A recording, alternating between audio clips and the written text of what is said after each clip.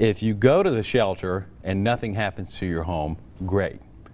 If you go to the shelter and your home is completely decimated, you're alive at the end of the day. Now, a home is just a material object, friends. You are alive and valued by your community, your family, and loved, and so that's what you got to think about. It's not about furniture. It's not about homes. It's not about walls. It's not about property. It is about you.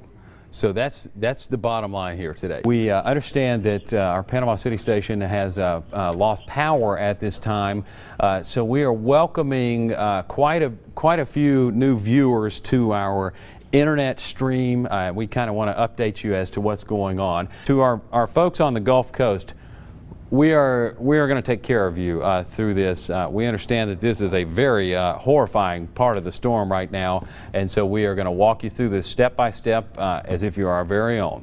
If you're in Dothan in the Wiregrass, I want you to take these images that we are showing you from the Gulf Coast to heart right now, and let's get it together as far as what you've got to do to be ready for this moving into our area, because winds are already picking up. We've gotten plenty of rain, but this is really only the beginning for us. What you see in Panama City Beach right now is coming in our direction. If you're within the sound of my voice and watching on a television screen, you're in the path, and so you need to be ready for this. You need to locate interior safe places in your home. The destruction is going to be very real. Once we get to come up for air along the coastline and take a look at this, we may be very astonished at what we see, friends. Greetings, friends. We are live on Facebook. WDHN News. We've kind of had to move around, so the station is on the move right now. For those of you watching from Dothan, Enterprise, Ozark, Mariana, in the Wiregrass area, we are in the worst of the worst right now, and probably going to get worse than that. So we're in downtown Dothan, and the wind picking up. We have had some serious gusts down here at our location. We've got that big tower on top of our television station, the big broadcast tower, and so we bailed. We had to get out of there because that tower starts swaying in the wind. You got heavy wind gusts, and you know, those things will fall. So we moved on, and we're kind of on the go now.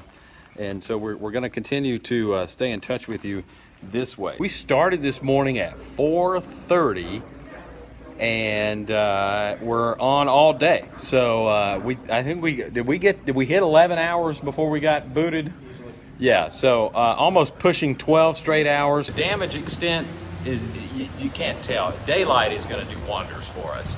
And so once the sun comes up in the morning, we'll really know the extent of what we're dealing with here. Our TV station is blocked all the way around. You know, there's 4 or 5 different ways you could get there, and they're all mayhem right now. However we can get to you, we're going to do that. We got big trees down here, massive pine trees. We're still getting you the coverage you need and deserve, because a lot of you don't have power either. So what good is a TV station when no one has a TV? Gas stations all over our viewing area are swamped right now. This is the scene in Dothan right now. Trucks coming through, and a very welcome sight too. Upwards of 20,000 without power in the city right now. Right now, more damage left behind by Hurricane Michael. We're going to go out to Ben Stanfield with our sister station, WDHN, in Dothan, Alabama. Ben, you've been out there all morning long as well. What are you seeing today? Yeah, Marco, good morning from Dothan. We've seen tons of trees down in our area, millions of dollars of damage in Dothan, but nothing like the coast. Fortunately for the Dothan area, and our thoughts and prayers are with those folks along the coastline. I've got Adam Roberson with me, who is a pastor at Wiregrass Church in Dothan, downtown Dothan. Adam, you've been running a shelter for the past, what, 2 days now? And you've had a lot of folks come in, right? Yeah, we've had 82 at the top of local people, plus people fleeing from Mariana and the Panhandle.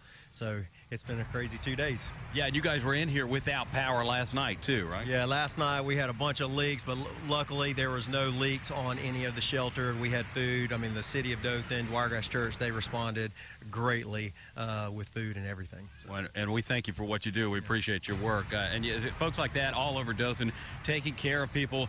Specifically, he mentioned Marianna and Donaldsonville. Marianna is in the state of Florida, just south of Dothan. Donaldsonville just to our east in the state of Georgia. Both, we've got crews on the way right now from our station WDHN. We're off the air. We had some tower issues because of the wind yesterday, but we're going to check those areas out because we have not heard from them. So we'll have more on the damage from Marianna and Donaldsonville. Dothan, we took a punch yesterday, but doing okay in southeast Alabama. Marco? It's been amazing to see how widespread the damage is, not just in the Panhandle, but all the way over where you are as well. All right, thanks for that report. Again, live in Dothan, Alabama. Back on the air and back in your homes tonight. Thank you for bearing with us through this situation after Hurricane Michael, and it is our great pleasure to be broadcasting once again to southeast Alabama, northwest Florida, and southwest Georgia. We understand that there are some heavy hearts tonight, and of course Hurricane Michael moved through here and caused a lot of destruction, and for everyone who experienced any sort of damage or devastation, our hearts and prayers go out to you tonight. The ship somewhat steadied, though. Alabama had, we could say, a rough year the year before you came into the governor's seat. But you've gotten through a legislative session, relatively calm one as well. What are some challenges now? What do you see on the horizon now for the state? Well, the state's got Alabama working back again, and that's a good thing, but there's certainly more to do in that regard. From the WDHN studios, here's your local election headquarters update. All right, good evening. Mike Gerspan is with us, and that's when you know we mean business, friends, on election night. Mike, good to see you, sir. You too, sir. It's been a busy night, a very exciting night, not only in the Wiregrass, but really statewide and the nation for that matter. Yeah, this has been a day, the midterm election. You know, since Donald Trump took office, he's a polarizing figure, and there's no doubt about that. Kay Ivey taking down Walt Maddox tonight, who was a formidable opponent, I thought. A guy who rebuilt Tuscaloosa, not himself, but he led the charge during the tornado rebuild from 2011. And anyways, he just didn't get the job done in this election. Kay Ivey, a popular figure, 61% of the vote tonight in that race. I think especially after she took over for Bentley following that fiasco just a few years ago. Live in Montgomery, Rashad Hudson, back to you, Ben. All right, Rashad Hudson, thank you so much. You heard Rashad say that the governor tonight took a dig at the critics. And she's had quite a few of them. A lot of folks have questioned her health, her ability to run the office. I would tell you this. I chased Governor Ivey down Osceola Street here in Dothan a couple of weeks ago. At the garden district. And let me tell you, she was moving. So I personally, in interactions with her, don't have doubts. Walt Maddox said earlier tonight, get behind the governor, support her. She's the governor of Alabama. If she wins, we all win. And that's a good attitude to have. Right. Like She's going to be in office for 4 more years.